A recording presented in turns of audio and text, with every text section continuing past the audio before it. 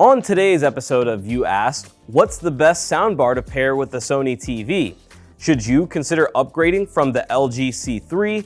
And is the now discounted Samsung S95C from 2023 still a good buy?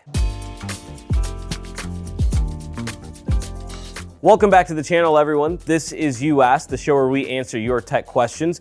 If you've got something you want to know, send your question to youasked@digitaltrends.com. And don't forget to tune in every Sunday at 7:45 a.m. Pacific to see if your question has been selected for the show. Our first question comes from Scott S., who says, I just took the plunge and purchased the 77-inch Sony A95L to replace my 10-year-old Sony TV. Question is whether a good soundbar is worth it, assuming something like a Sonos Arc, considering that I live in an apartment and the TV will only be about 10 feet away from the seating area. You have mentioned the great sound quality of the TV itself. Thanks for the question, Scott, and congrats on the new TV. The A95L is one of our all-time favorites. And while, yes, it does have solid sound quality, a top-tier TV like that deserves to be paired with something to elevate the listening experience and match the superior visuals. You mentioned the Sonos Arc, which is a great option, as is the Sonos Arc Ultra, which improves on an already outstanding soundbar. I'd also say that the Sonos Beam is worth taking a look at. It has a little bit more of a subtle look that some prefer, but still packs the goods in terms of audio quality. Now, what I don't know is how much you're looking to spend, but figured I'd throw out the Sony Bravia Theater Quad since you spared no expense on the TV purchase. The Theater Quad is not cheap, but it's a perfect pairing not only with your Sony TV, but given your apartment space. Sony's 360 spatial mapping does a great job at dialing each speaker in based on placement. Plus, with its acoustic center sync feature, allowing the TV audio to act as the center channel, the Theater Quad is designed to be able to handle the odd placements throughout a room to give you the best immersive audio experience for watching shows and movies. It's also one of our favorite choices for music listening. If you want a more direct head-to-head comparison of the top choices here between Sonos and Sony, we did a video on that not too long ago, and you can always check out our best soundbars list on digitaltrends.com as well. Nicholas LaCroix has the next question, which reads, I've had the pleasure of owning two OLED sets for a few years now, a Sony A90J and LG C3. What would be the upgrade path in 2025? What's gonna look better? I want to go a bit bigger. My current sets are 55 inches and 65 inches respectively. I'm also a latest gen console gamer. Dude, talk about good problems to have, needing to upgrade your two OLED TVs. Now, in terms of taking the next steps with two of the top TV brands, both known for outstanding picture quality, we'll offer some upgrade options for both in case you've started leaning one way or the other. I'd say on the Sony side, look at the Bravia 8 Mark II or A95L. Coming from the A80J, both of those recommended options are equipped with QD-OLED panels, offering brighter, more vibrant, and pure colors. We've raved about the A95L on this channel, and the Bravia 8 Mark II should only improve on it. However, since you mentioned you want to go bigger than your 55-inch A80J, if you're looking at 65 inches, and certainly 77, the price difference between the A95L and Bravia 8 Mark II is going to be significant.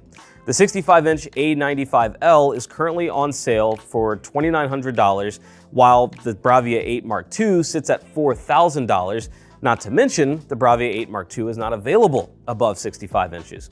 So, if you're planning to purchase a pair of TVs here, well, you might want to save where you can.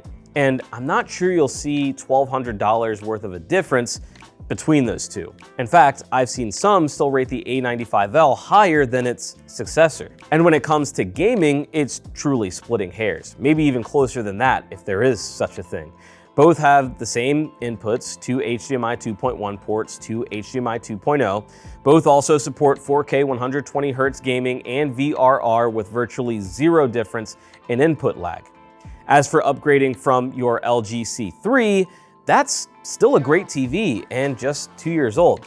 But if you must, I'd say jump past the C series to the LG G5 to see a real noticeable improvement worthy of spending thousands of dollars. The 4-stack OLED panel significantly improves brightness and color purity, taking the G5 to new heights beyond the already excellent G4.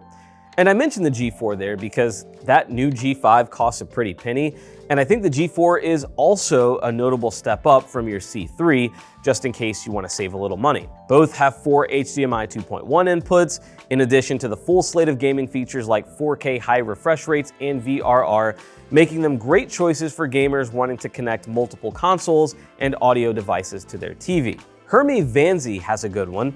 They say, for the same price, is the Samsung S95C or S90D a better option to buy, and why? Well, these are both excellent TVs, and as someone who has a 2023 Samsung TV as their daily driver, I've come to love it, and it's held up extremely well from a picture quality standpoint to the user interface being just as snappy as day one.